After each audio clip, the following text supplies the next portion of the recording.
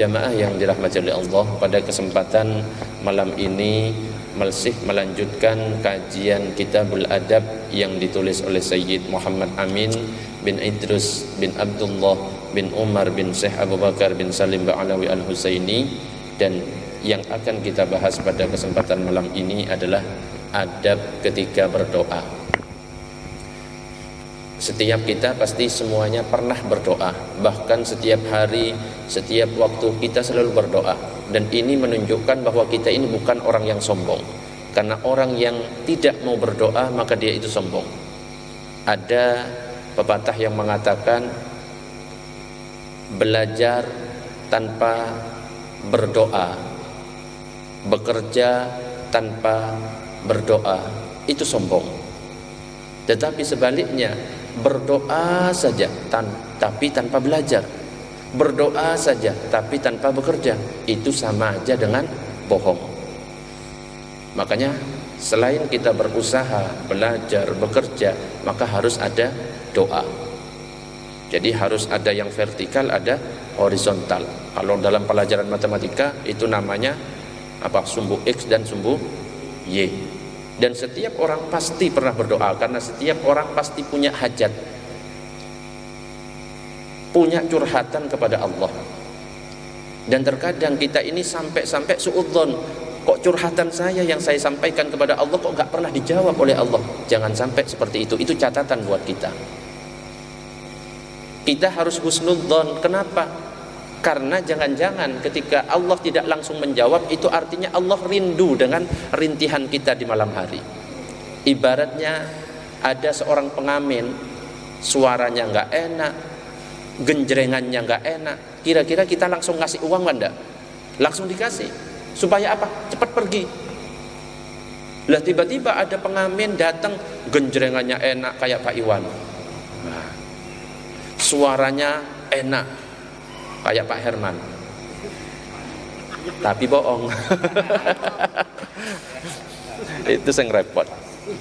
Genjrengannya enak, musiknya enak, gitarannya enak, suaranya juga enak. Kira-kira kita langsung ngasih uang atau didengarkan dulu? Didengarkan sampai selesai. Bahkan kalau sudah selesai masih request, tak kasih uang lebih banyak, saya request lagu ini. Nah, kita husnudzonnya harus seperti itu. Jangan-jangan Allah memang pengen dengar rintihan kita di waktu malam, pengen dengar nangisnya kita kepada Allah. Ya Rabb, ya Allah, pengen disebut-sebut oleh kita. Dan Allah gak mungkin ingkar janji, karena Allah sudah mengatakan di dalam Al-Quran, Ud'uni astajib lakum. Minta kepadaku, doa kepadaku, akan kujawab, bukan akan kukabulkan. Istajib lakum, akan kujawab untuk kalian. Dan jawaban Allah, ya terserah Allah, Allah mau jawab apa. Ya Allah, saya pengen rumah baru. Pak Herman misalnya, ya Allah saya pengen sepur. Kok sepur sih? Pelabuhan. Ya Rabb.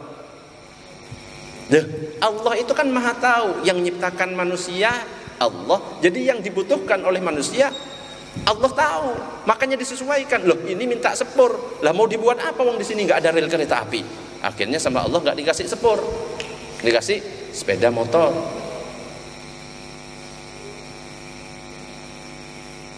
Jelas. Ya sama kayak kita misalnya minta mobil, ya Rob saya pengen ya Rob Alphard. Minta itu boleh, minta apa saja. Tapi ternyata gak dikasih-kasih. Tapi kita suudzon langsung, kok dikasih-kasih, katanya mau dikabulkan. Bukan dikabulkan, dijawab. Dan jawabannya Allah macam-macam. Bisa jawabannya dengan kesehatan. Allah itu maha tahu, kamu itu gak butuh Alphard sekarang, tapi yang kamu butuhkan adalah kesehatan. Dikasih kesehatan, dijauhkan dari musibah. Dan Allah tahu, kalau kamu saya kasih Alphard, wah kamu gak mungkin kamu hadir di majelis Al-Anwar malam ini, paling jalan-jalan. Allah tahu. Dan kapan Allah mau menjawab doa kita, itu terserah Allah. Mau langsung dijawab, oke. Mau nanti dijawabnya di kemudian hari, oke. Atau nanti berupa pahala nanti saat di akhirat. Makanya ada orang yang doanya itu belum dijawab sampai hari kiamat, kaget nanti, loh ini pahala apa ini? Malaikat ngomong, ini pahala doamu yang belum dijawab. Ternyata dikumpulkan, dijawabnya dalam bentuk pahala saat di akhirat. Makanya ketika kita melakukan sesuatu, ibarat misalnya kita minta sesuatu kepada seseorang dan kita memintanya itu tidak sopan, kira-kira dikasih apa enggak Pak Herman? Kalau kita minta sesuatu kepada seseorang dan mintanya nggak sopan, dikasih enggak kira-kira? Ada kecenderungan tidak. Nah, ada kecenderungan tidak. Nah, begitu juga kalau kita minta sesuatu kepada Allah, berdoa kepada Allah, ada adab-adab yang harus kita lakukan, yang harus kita perhatikan. Nah, di kitab ini disebutkan adab-adab ketika kita berdoa. Apa saja adab-adabnya? Yang pertama adalah mengangkat kedua tangan sampai tampak kulit ketiaknya, diangkat yang tinggi sampai kulit ketiaknya kelihatan, bukan gini, bukan, angkat yang tinggi. Kalau sendiri yang lebih tinggi, tapi kalau berjamaah juga usah tinggi-tinggi, apalagi belum mandi, biasa saja, angkat ke atas. Di antara hikmah dianjurkannya mengangkat kedua tangan untuk mengagungkan Allah. Jadi kenapa kok kita mengangkat sampai tinggi seperti ini? Itu sebagai bentuk pengagungan kita kepada Allah. Dan itu mengikuti ajaran Rasulullah sallallahu alaihi wasallam, anna an-nabiy sallallahu alaihi wasallam kana idza da'a fa rafa'a yadayhi masaha wajhahu bi yadayhi. Sesungguhnya Nabi jika doa mengangkat dua tangannya dan mengusapkan ke wajahnya. Jadi diangkat tangannya. Bahkan di dalam sebuah riwayat dikatakan bahwa ketiak Nabi sampai kelihatan. Dan dianjurkan ketika habis berdoa, usapkan kepada wajah. Dan dipastikan wajah yang diusap wajah sendiri, wajah sebelahnya. Itu nggak sopan juga itu. Itu yang pertama. Yang kedua adalah memulai dan menutup doa dengan pujian untuk Allah. Awali dengan hamdalah, baru sholawat.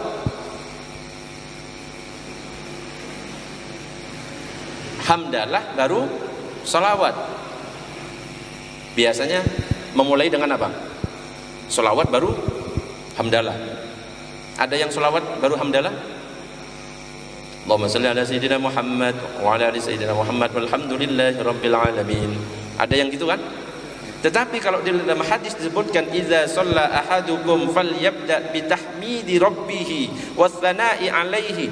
Jika salah seorang dari kalian berdoa, maka mulailah dengan bersyukur, pujian kepada Tuhanmu. Awali dengan hamdalah dulu. Tsumma yusalli 'alan nabi sallallahu alaihi wasallam, kemudian bersolawat kepada Rasulullah sallallahu alaihi wasallam. Angkat tangannya, alhamdulillahirabbil alamin hamdan yuwafi ni'amahu wa yukafi'u mazidah, ya rabbana lakal hamdu kama yanbaghi li jalali wajhika wa 'azimi sultanik. Itu pujian kepada Allah. Baru Allahumma shalli ala sayyidina Muhammad wa ala ali sayyidina Muhammad, doa. Nah, itu nanti yang membuka pintu langit. Nah, kalau kita nggak pakai hamdalah dan sholawat, doa kita itu cuma ngambang, gak nembus.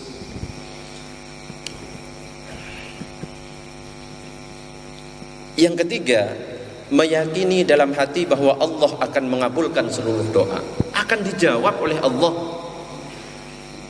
Seperti yang saya sampaikan tadi, dan jawabannya ya terserah Allah, disesuaikan dengan yang dibutuhkan oleh kita. Yang keempat, berdoa dalam keadaan suci dan menghadap ke arah kiblat. Ini anjurannya. Seandainya kita dalam keadaan tidak suci, nggak punya wudhu, ya tidak masalah. Tetapi afdolnya hadap kiblat dalam keadaan suci, angkat tangannya, mulai dengan hamdalah dan sholawat.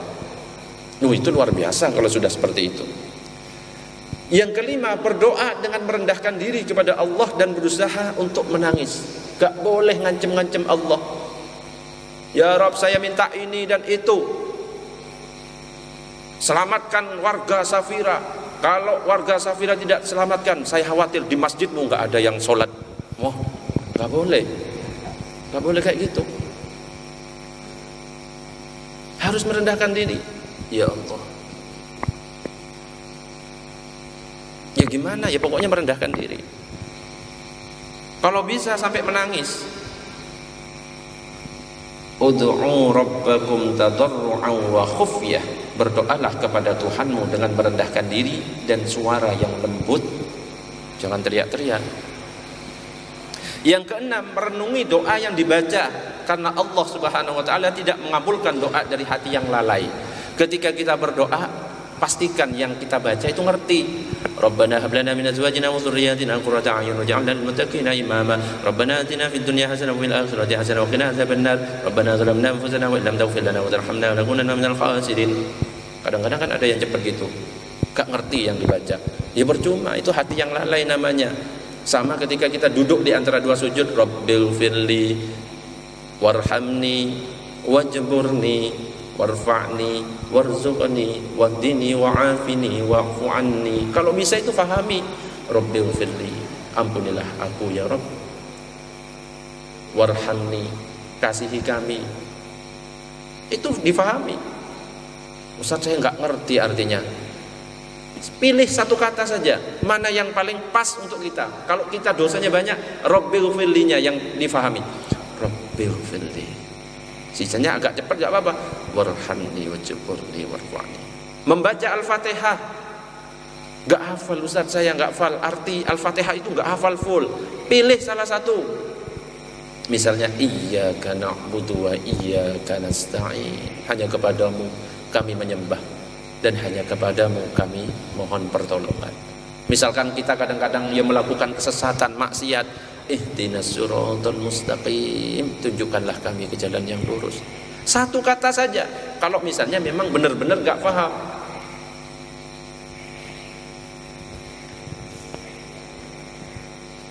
Yang ketujuh, membaca doa dengan suara yang rendah, kecuali jika untuk mengajarkan kepada orang lain. Tidak usah teriak-teriak, kecuali mengajarkan kepada anak-anak. Allahumma ghfirli warhamni wajburni warfa'ni warzuqni wahdini wa'afini wa'fu anni. Atau diaminkan oleh jamaah. Allahumma ghfir lana wa liwalidina warhamhum kama rabbawna shighara. Ya enggak bisa kalau pelan. Enggak bisa, disesuaikan dengan kondisi. Dan kalau kita doa berjamaah, dipastikan pakai doa yang untuk umum, bukan untuk pribadi. Kenapa? Karena Nabi mengingatkan, qala Rasulullah sallallahu alaihi wasallam, la ya'ummu 'abdun fayakhussa nafsahu bid'atin dunahum. Nabi itu mengatakan tidak boleh seorang hamba itu mengimami doa lalu mengkhususkan dirinya tanpa menyertakan para makmum. Fa in fa'ala faqad khanahum. Jika dia melakukan hal seperti itu, berarti dia mengkhianati mereka. Jadi kalau doa bersama, pastikan yang ada Rabbana hablana min azwajina wa dhurriyyatina qurrata a'yun waj'alna lil muttaqina imama. Gak boleh yang untuk diri sendiri, yang itu. Allahumma ghfirli warhamni wajburni. Allahumma ghfirli, ya Allah ampuni aku. Diaminkan oleh jamaah. Amin. Yang diampuni cuma imamnya. Berarti kamu sudah mengkhianati jamaah. Harusnya gimana? Ya harusnya domirnya diubah ke bentuk jamak. Gak boleh Allahumma ghfirli, tapi diubah Allahumma ghfir lana. Kalau doa kepada orang tua ini kan wajib kita baca sebagai bentuk bakti kita kepada orang tua bersama-sama. Allahumma ghfirli warhamni wajburni. Kok gini sih?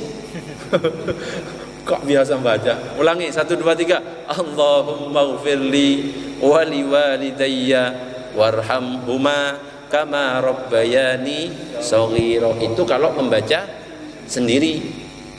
Kalau kita sebagai imam, enggak harus jadi imam sholat, doa bersama seperti ini diubah menjadi Allahumma ghfir lana waliwalidina warhamhum kama rabbawna shighara.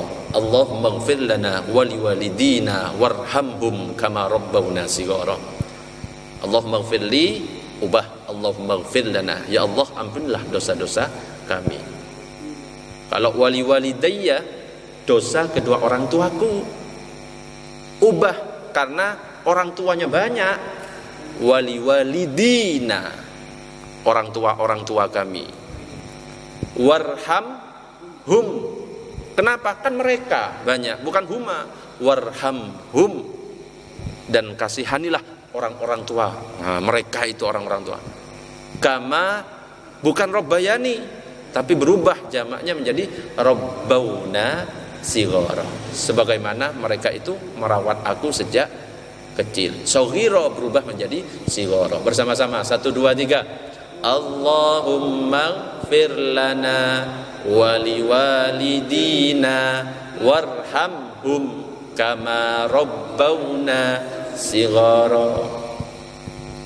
Yang lain juga seperti itu. Rabbi habli minas solihin, Rabbi habli minas solihin. Itu untuk diri sendiri. Ubah ke bentuk jamak, tapi jangan niat mengubah Al-Quran. Redaksi gitulah. Niatkan berdoa, Rabbana hablana minas solihin. Kalau kita niatnya mengubah Al-Quran, ya dosa, haram, murtad. Ini niatnya berdoa. Sama ketika kita membaca bismillah ketika dalam keadaan junub, dalam keadaan haid untuk wanita, membaca bismillah, niatnya bukan membaca Al-Quran, tetapi membaca zikir, gak masalah. Rabbana hablana minas solihin. Atau Rabbi ja'alni muqimas sholati wa min dzurriyyati Rabbana wa taqabbal du'a. Jangan niat mengubah Al-Quran, tapi kita mau berdoa niru redaksi yang ada di dalam Al-Quran. Berarti jadi apa?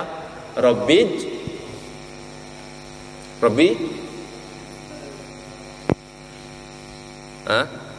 jadi apa?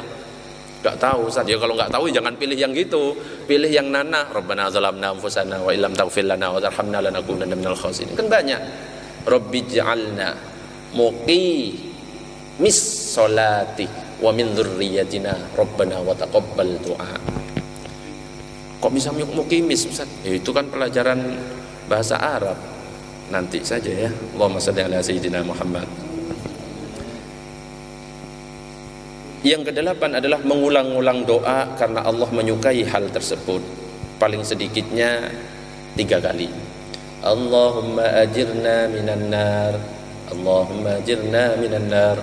Betul ya? Allahumma ajirna minan nar wa qina azaban nar, wa qina azaban nar, wa qina azaban nar. Diulang 3 kali gak apa-apa. Mana yang kita butuhkan diulang.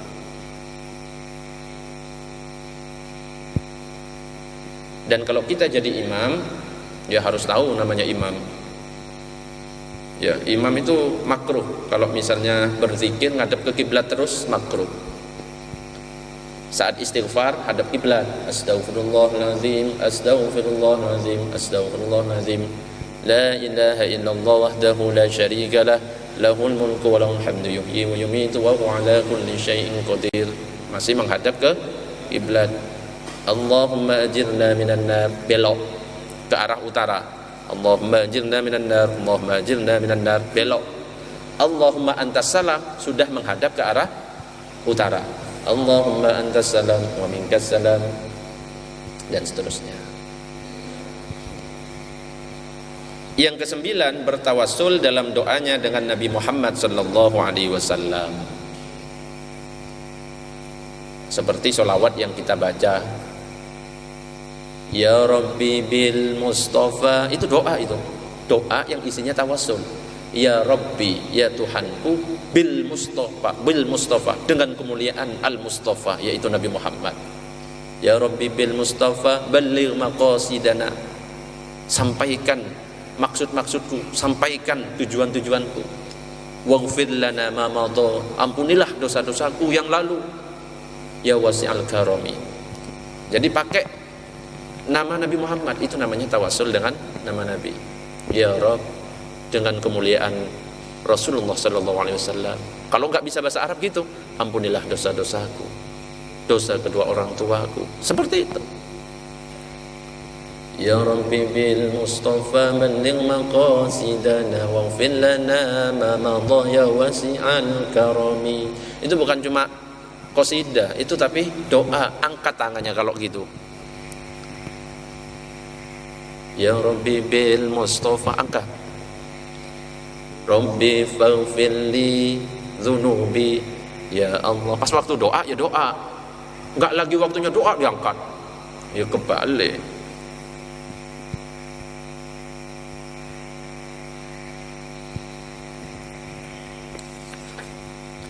Berikutnya yang ke-10 adalah membaca doa nabawi atau dari ulama-ulama salaf. Ya, yang dari Nabi itu dibaca. Contohnya apa? Rabbana atina fid dunya hasanah wa fil akhirati hasanah wa qina azabannar. Kalau doanya Nabi Adam, Rabbana zalamna anfusana wa illam taghfir lana wa tarhamna lanakunanna minal khasirin. Doanya Nabi Adam. Kalau doanya Nabi Yunus, la ilaha illa anta subhanaka inni kuntu minadz zalimin. Nah, kalau baca itu saat ngimami diubah juga itu. Bukan la ilaha illa anta subhanaka inni kuntu, tapi diubah la ilaha illa anta subhanaka inna kunna minadz zalimin. Jadi ada aturannya. Jangan asal doa sakar PDW. Yang ke-11 memperbanyak doa pada waktu-waktu yang mulia. Waktu-waktu yang mustajab. Contohnya di antara azan dan iqomah. Contoh lagi habis sholat 5 waktu. Contoh lagi di sepertiga malam. Contoh lagi saat berpuasa. Saat mulai berpuasa itu terus sampai buka. Saat buka juga iya. Saat malam Idul Fitri, saat malam Idul Adha, saat malam Jumat, saat malam nisfu Sya'ban, saat awal malam bulan Rajab, banyak. Jumat habis? Ya hari Jumat itu. Saat di antara dua khutbah. Ya, saat di antara dua khutbah. Kan duduk kan? Barakallahu li wa lakum fil Qur'anil azim wa nafa'ni wa iyyakum minal ayati dzikril hakim wa taqabbal minni minkum tilawatahu innahu wal ghafurur rahim. Duduk. Nah, kalau si khatib sunnahnya itu membaca Al-Ikhlas. Karena duduk di situ itu ya sekiranya surat Al-Ikhlas, bismillahirrahmanirrahim, Allah subhanahu wa ta'ala. Tetapi kalau jamaah doa di situ. Doa. Sayyidul istighfar, Allahumma anta rabbi la ilaha illa anta astaghfiruka wa atubu. Wah, pokoknya doa apa aja lah, bebas.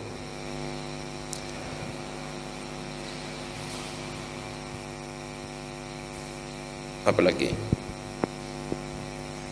Yang ke-12 menjauhi harta yang haram karena hal tersebut dapat mencegah terkabulnya doa.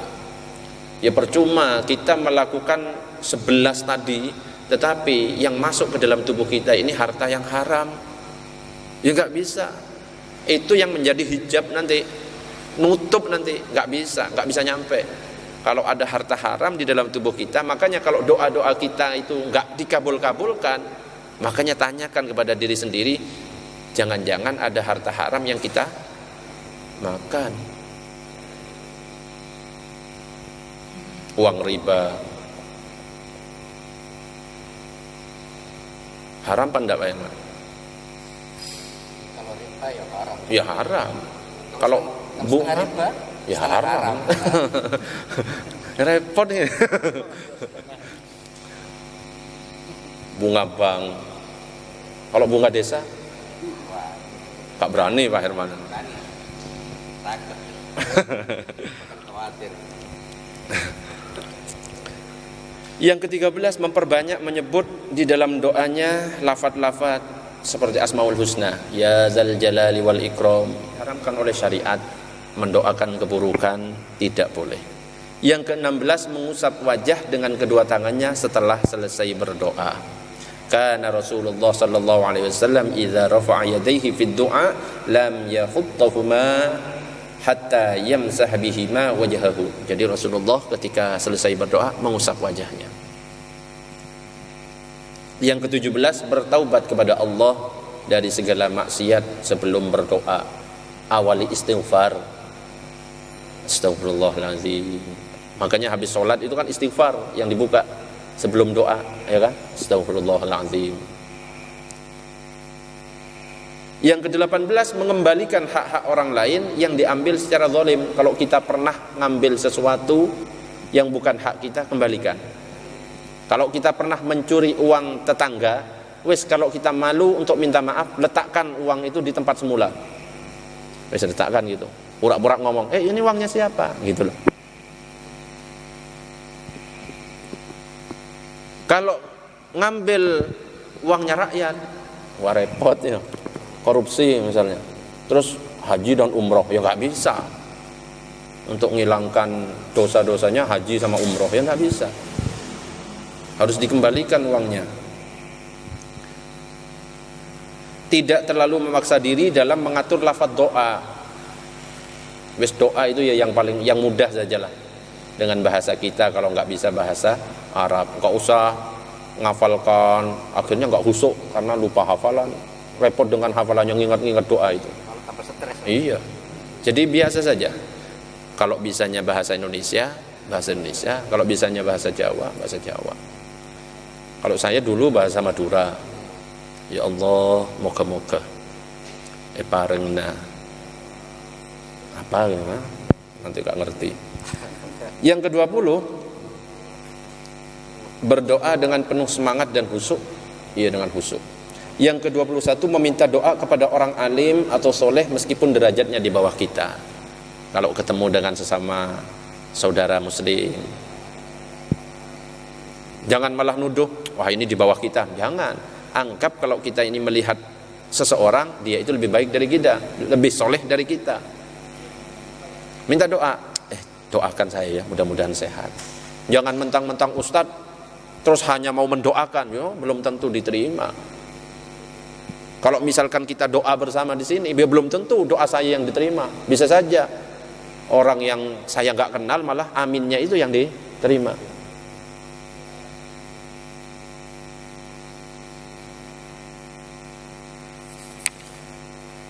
Yang ke-22, tidak mendoakan celaka kepada dirinya sendiri, anak, saudara atau kerabatnya.